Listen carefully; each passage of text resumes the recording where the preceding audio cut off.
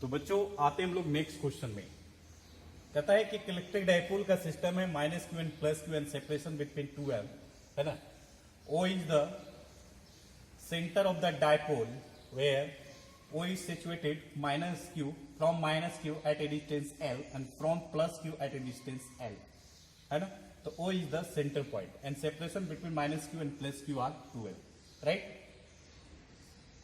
और जो electric dipole है वो इलेक्ट्रिक फील्ड से कितना एंगल बना रहा है 30 डिग्री। मतलब इलेक्ट्रिक डाइपोल मोमेंट और इलेक्ट्रिक फील्ड के बीच एंगल कितना है 30 डिग्री, है ना।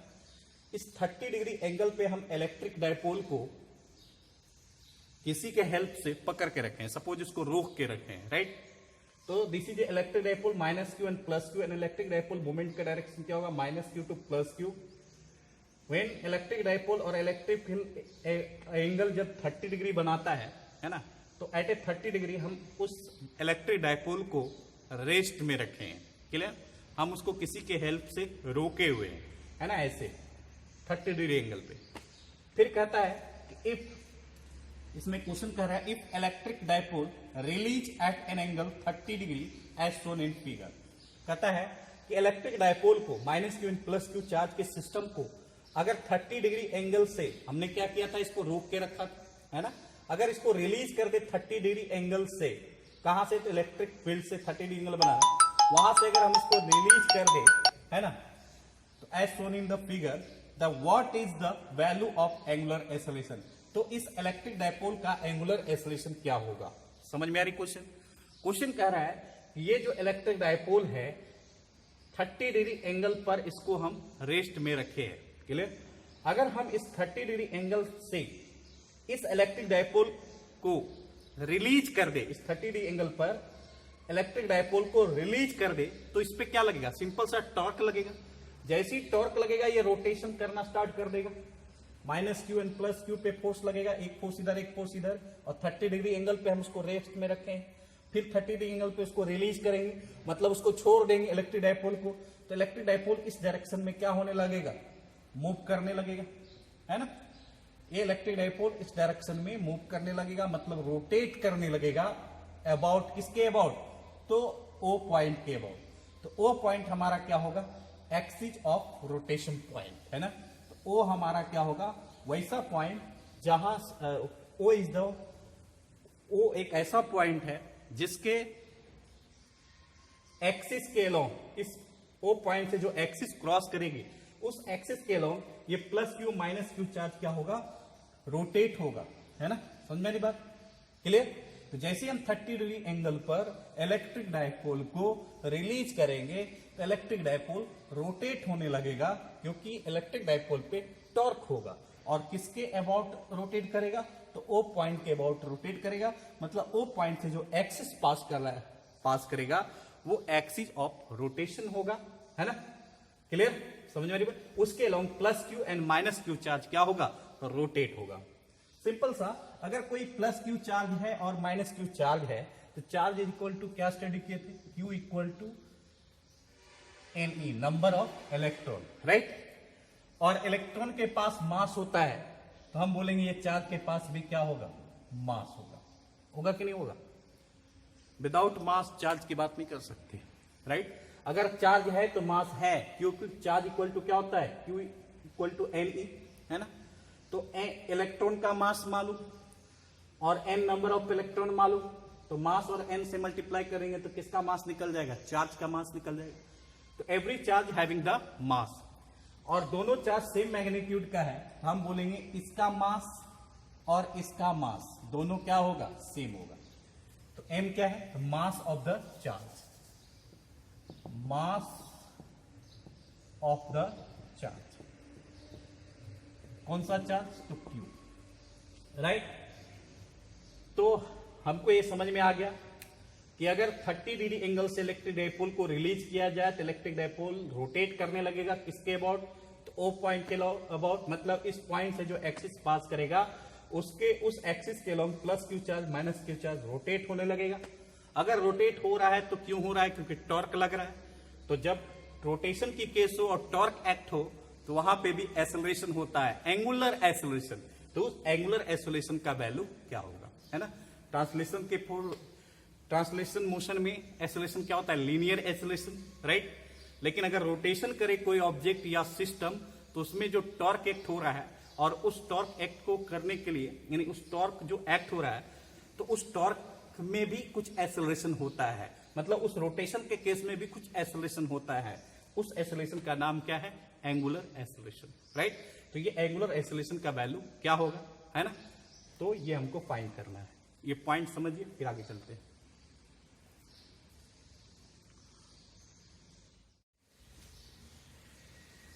तो देखिए गिवन क्या क्या है, clear. Mass of the charge दिया हुआ है क्यू, चार्ज की वैल्यू दी हुई है,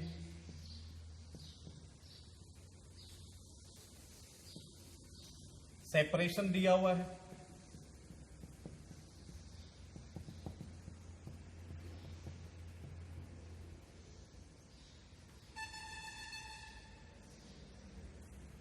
minus q and plus Q, clear. Separation दिया हुआ है, ओ हमारा क्या है, सेंटर ऑफ डायपोल है, क्लियर। और यही हमारा यहां से जो लाइन पास करेगा, एक्सिस पास करेगा, इसी एक्सिस के long plus Q minus Q charge move करता है। तो हम बोलेंगे ये जो ओ पॉइंट है एक्सिस ऑफ रोटेशन पॉइंट है,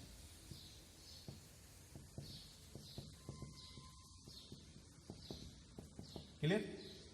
यहां तक समझ में आया।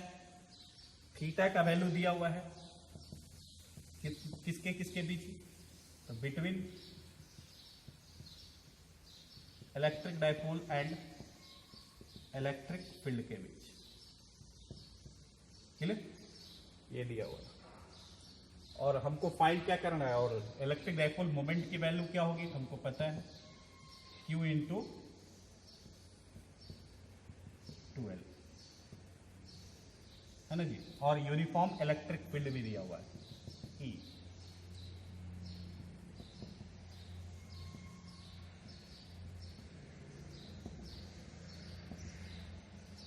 तो यूनिफॉर्म इलेक्ट्रिक फील्ड ई मालूम है, angle between electric dipole moment और इलेक्ट्रिक फील्ड कितना है, 30 डिग्री है। ओ क्या है, तो सेंटर ऑफ डायपोल है, एक्सिस ऑफ रोटेशन पॉइंट है, जिसके along plus q and minus Q charge क्या होगा, रोटेट होगा, है ना।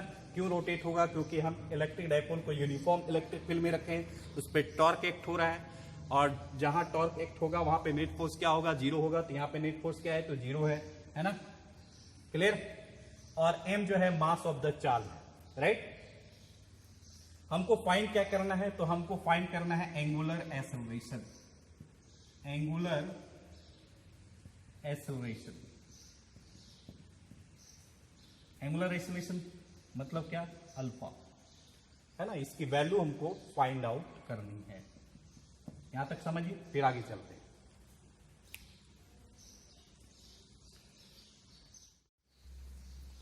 देखिए कैसे फाइंड आउट करेंगे एंगुलर एक्सेलरेशन। तो देखो क्लास 11th में हमने स्टडी किया था, इन ए रोटेशन केस, लीनियर केस हो तो फोर्स इक्वल टू क्या होता है, mass into acceleration in linear case,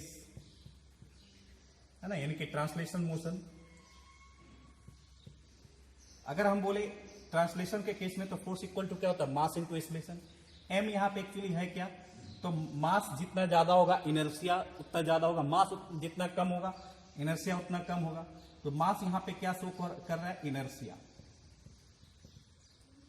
clear. और ए हमारा क्या है, लीनियर एक्सेलरेशन।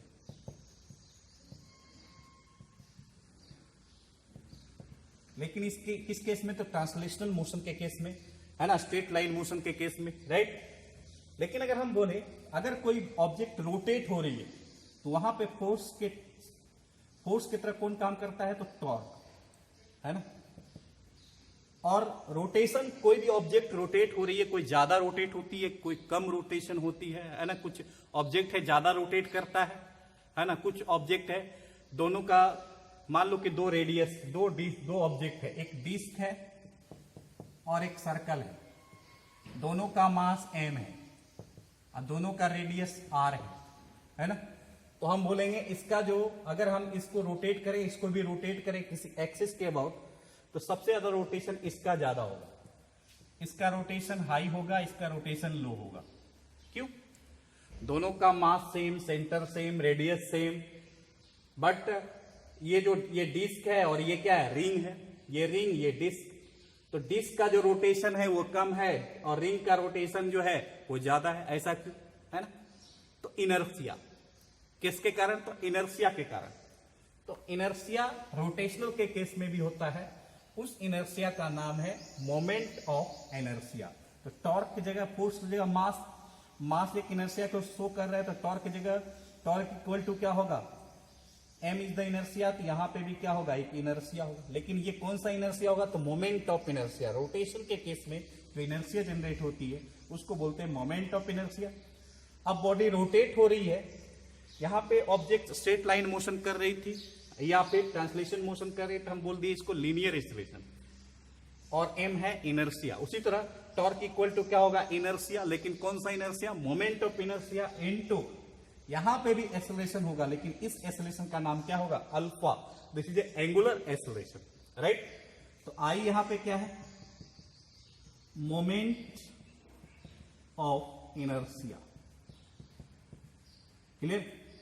और इसका फॉर्मूला क्या होता है, तो कोई भी पॉइंट मास है, सपोज एक एक्सिस है, this is axis of rotation. मान लो कोई ऑब्जेक्ट m है या कोई पॉइंट मास है m, है ना, वो इससे r डिस्टेंस पर है ना। ये पॉइंट मास इस लाइन ऑफ एक्सिस से r डिस्टेंस पर है, और इस एक्सिस के लॉन्ग ये ऑब्जेक्ट, ये जो मास है वो रोटेट कर रहा है। सपोज ये एक्सिस है ना, और यहां पे एक मास है, और ये मास जो है इस एक्सिस के चारों तरफ क्या हो रहा है, रोटेट हो रहा है। तो बताओ इस ऑब्जेक्ट का मोमेंट ऑफ इनर्शिया क्या होगा। तो ये जो मास है इस एक्सिस से ये जो मास है, राइट, सपोज ये मास है ना, इससे r डिस्टेंस पर है, और ये मास इसके चारों तरफ रोटेट कर रही है ना, ऐसे ये मास इसके चारों तरफ रोटेट कर रही है। तो बताओ इस मास का मोमेंट ऑफ इनर्शिया क्या होगा, इस एक्सिस ऑफ रोटेशन पॉइंट के कारण, है ना। इस एक्सिस ऑफ रोटेशन के कारण इस मास का एक्सिस ऑफ रोटेशन क्या होगा, तो ये मास और इस एक्सिस से जो डिस्टेंस होगा उसका स्क्वायर, वो उसका क्या होगा, मोमेंट ऑफ इनर्शिया। मतलब ये मास और इस एक्सिस ऑफ रोटेशन से जो डिस्टेंस होगा इस मास का, है ना, उसका स्क्वायर क्या कहलाएगा, मोमेंट ऑफ इनर्शिया। दिख रहा है। तो this is a point mass, है ना, this point mass at a distance r from axis of rotation, so moment of inertia equal to m into r square, right. समझ आ रही बात। तो ये होता है मोमेंट ऑफ इनर्शिया, किसी एक्सिस ऑफ रोटेशन के कारण किसी r डिस्टेंस पर अगर कोई पॉइंट मास m है ना, तो उसका मोमेंट ऑफ इनर्शिया क्या होगा, mr स्क्वायर होगा। ये मास, पॉइंट मास इस एक्सिस ऑफ रोटेशन के, यानी इस एक्सिस के चारों तरफ क्या हो रहा है, रोटेट हो रहा है। मतलब ये मास रोटेट कर रही है, तो इसका एक एक्सिस ऑफ रोटेशन होगा, तो this is axis of rotation, है ना। और इस एक्सिस ऑफ रोटेशन से ये मास r डिस्टेंस पे है, इसलिए इसका moment of inertia mr square होगा। क्लियर। तो ये रोटेशनल के केस में torque equal to I into alpha होता है। आई क्या है, तो इनर्शिया है। तो किस टाइप का इनर्शिया है, तो मोमेंट हो रहा है, रोटेशन हो रहा है, तो इसलिए इसका नाम पड़ गया मोमेंट ऑफ इनर्शिया। और अल्फा हमारा क्या है, तो एंगुलर एक्सेलरेशन है, राइट। क्यों, सेम टाइप ये रोटेशनल के केस में वैलिड है, और ये ट्रांसलेशनल के केस में force equal to mass into acceleration. Mass क्या है, इनर्शिया, आई क्या है, इनर्शिया, ए क्या है, लीनियर एक्सेलरेशन, तो अल्फा क्या है, तो एंगुलर एक्सेलरेशन, क्योंकि यहाँ पे रोटेशन हो रहा है, यहाँ पे ट्रांसलेशन मोशन हो रहा है। क्लियर। तो ये था हमारा टर्म, है ना। जब ये चीज हमको समझ में आ गया, तो torque equal to I alpha, अगर आई का वैल्यू, हम टॉर्क का तो वैल्यू हमको पता है, पीई साइन थीटा होगा, थीटा मालूम है ना। तो टॉर्क यहां से तो निकल गया, हमको निकालना है अल्फा। अगर आई का वैल्यू हमको निकल जाएगा, तो हम अल्फा का वैल्यू आसानी से निकाल सकते हैं। क्लियर, बहुत ईजी है ना। तो आगे सॉल्व करते हैं, यहां तक समझिए।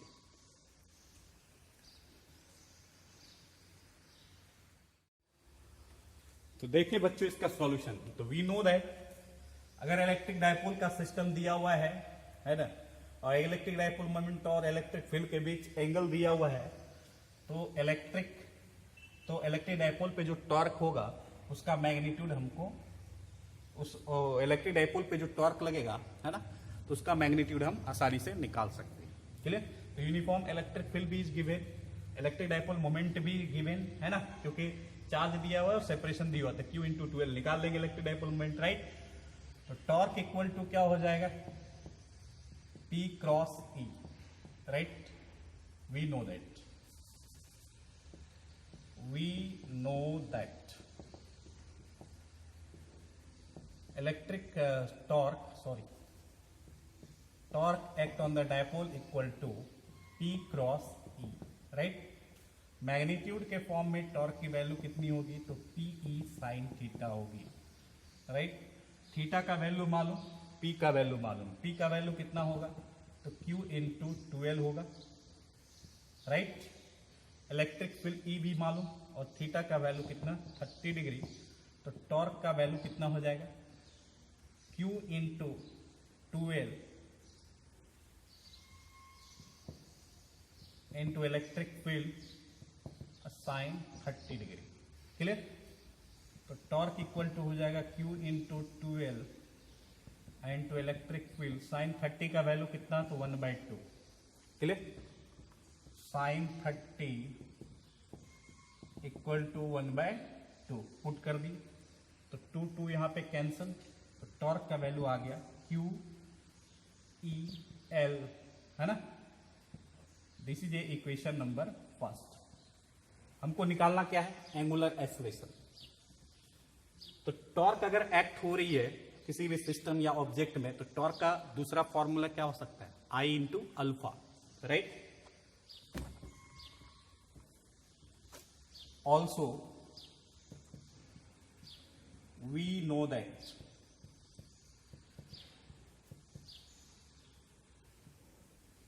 टॉर्क इक्वल टू क्या होता है, I into alpha, right. Alpha हमको निकालना, अगर I हमको पता चल जाए तो अल्फा आसानी से निकाल सकते हैं, इस वैल्यू को और इस वैल्यू को इक्वेट करके, है ना। तो I का वैल्यू क्या होगा, तो मोमेंट ऑफ इनर्शिया। तो देखो हमने क्या बोला, कोई भी पॉइंट मास है और किसी एक्सिस से r डिस्टेंस पर रोटेट हो रही है ना, उस एक्सिस के लो, तो उसका मोमेंट ऑफ इनर्शिया क्या होता है, mr²। तो यहां पे देखो एक पॉइंट मास की बात की, यहां पे देखो पॉइंट मास कितना है, 2, एक प्लस Q और एक माइनस Q। एक मास ये रोटेट हो रहा है O point axis of rotation से कितनी दूरी पे, तो L डिस्टेंस पर, और एक मास ये रोटेट हो रहा है M कितनी दूरी पे, एक्सिस ऑफ रोटेशन से L, है ना। तो 2 point mass axis of rotation से रोटेट कर रही है, तो सिंपल सा जितना point mass axis of rotation से रोटेट होती है, तो सारा पॉइंट मास का हम इंडिविजुअली क्या निकालते हैं, मोमेंट ऑफ इनर्शिया, है ना, उस एक्सिस ऑफ रोटेशन के अबाउट, और फिर उसको सिंपली ऐड कर देते हैं। ये हम लोग क्लास 11th में स्टडी किए थे, यहां आपको दिखा देते हैं। तो देखिए मान लीजिए ये O पॉइंट है, ये एक्सिस ऑफ रोटेशन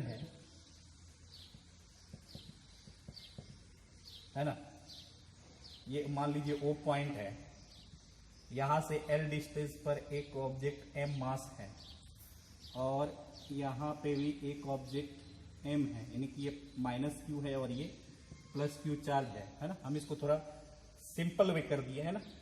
इसको हम लोग थीटा इक्वल टू 0 मान के चल रहे हैं, है ना। तो इससे घबराना नहीं है, और ऐसे भी ले सकते हैं, कोई जरूरी नहीं है। अगर ऐसे लेंगे तो एक्सिस ऑफ रोटेशन हमारा ऐसे होगा, राइट। क्लियर? तो ऐसे समझिए, इसी फॉर्म में समझिए। देखिए इसी फॉर्म में आपको समझाते हैं। ये हमारा एक्सिस ऑफ रोटेशन होगा, this is A O point, this is A axis of rotation.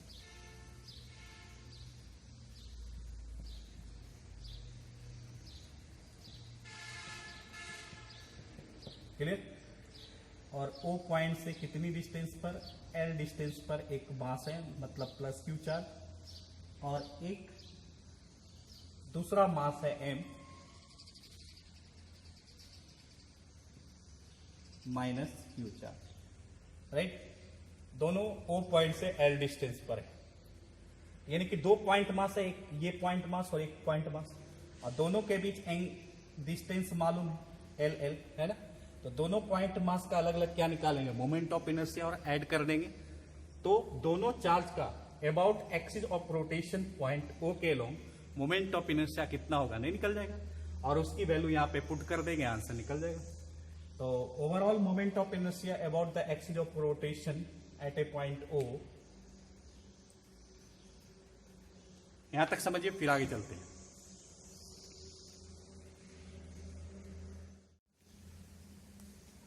देखिए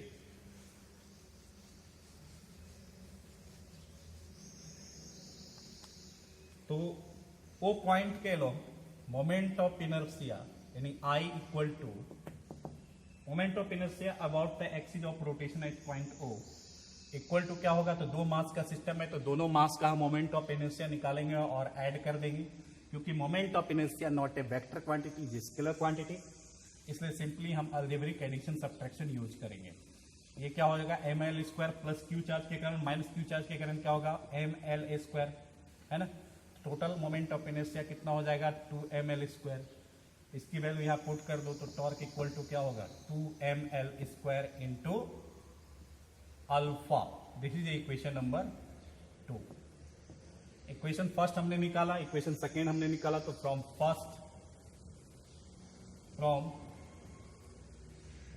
equation first and second we get, तो हमने इक्वेशन फर्स्ट और सेकेंड में देखा है ना, कि इक्वेशन फर्स्ट में जो वैल्यू आया टॉर्क का वो कितना आया जी, QEL। This is equation number first, torque equal to 2ml square into alpha. This is equation number second.